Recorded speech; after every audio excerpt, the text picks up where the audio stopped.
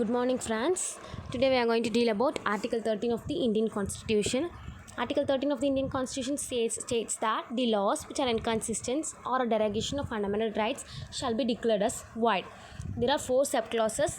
The first subclause states that all laws in the territory of India which are being enacted before the commencement of the constitution provisions and these provisions are inconsistent, the part alone can be declared as void. And the second thing is that the states that second subclause states that the state shall not make any laws which takes away or abridges the rights conferred under this part. And the third subclause states that the law also includes ordinances, law orders, bylaws, rules, regulations, notifications, and other in the territory of India. And the Article 13 subclause 1 talks about the laws which are present before the commencement of the Constitution. That is, it says that if they are inconsistent with the provisions, then they shall be declared as void. Article 13 subclause 2 states that that is a post-constitution laws.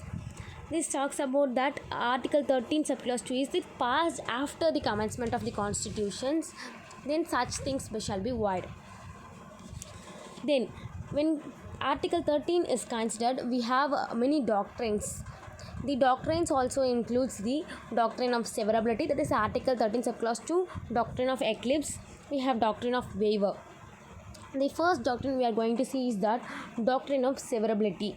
The doctrine of severability is that as in Article 13 subclause 1 it is mentioned that the pre-constitution laws will be void only to the extent that when they are inconsistent. That is, when some laws inconsistent, then that part shall be declared as void under Article 13 subclause 1. This is known as doctrine of severability. While in Article 13 subclause 2, it is mentioned that the post-constitution laws will be void to the extent of the contravention. See, the doctrine of severability states that if part of a law is inconsistent, then the rest of the part will remain valid. The part which is inconsistent only will be void and the other part will be valid. That is the doctrine of severability. Next is that doctrine of eclipse. That is Article 13 subclause 1, as we know, it talks about pre-constitutional laws, that is the laws existing before the commencement of the constitution. If found inconsistent with the provisions present in the Article 13, then they shall be void, then they shall be declared as void.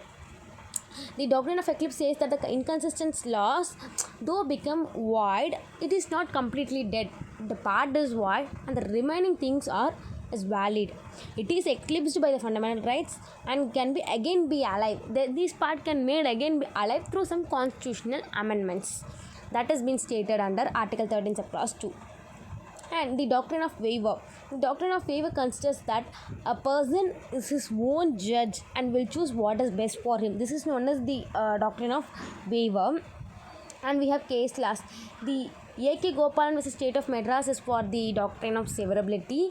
It states that Section 14 of the Preventive Detention Act was violating Article 14 of the Constitution, so it was made void. That section was alone made void, and the part of the section was still alive and operative. Only which are inconsistent will be held as void.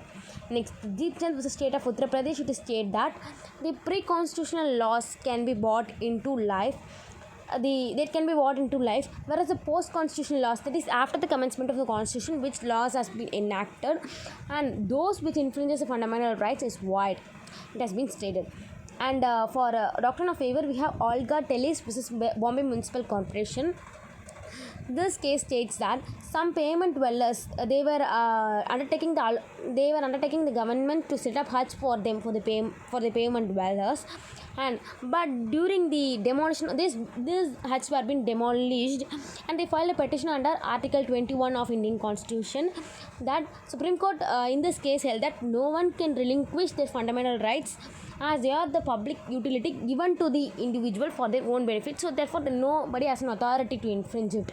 This is the I think it has been held down in this case, and this is known as Article 13. Thank you.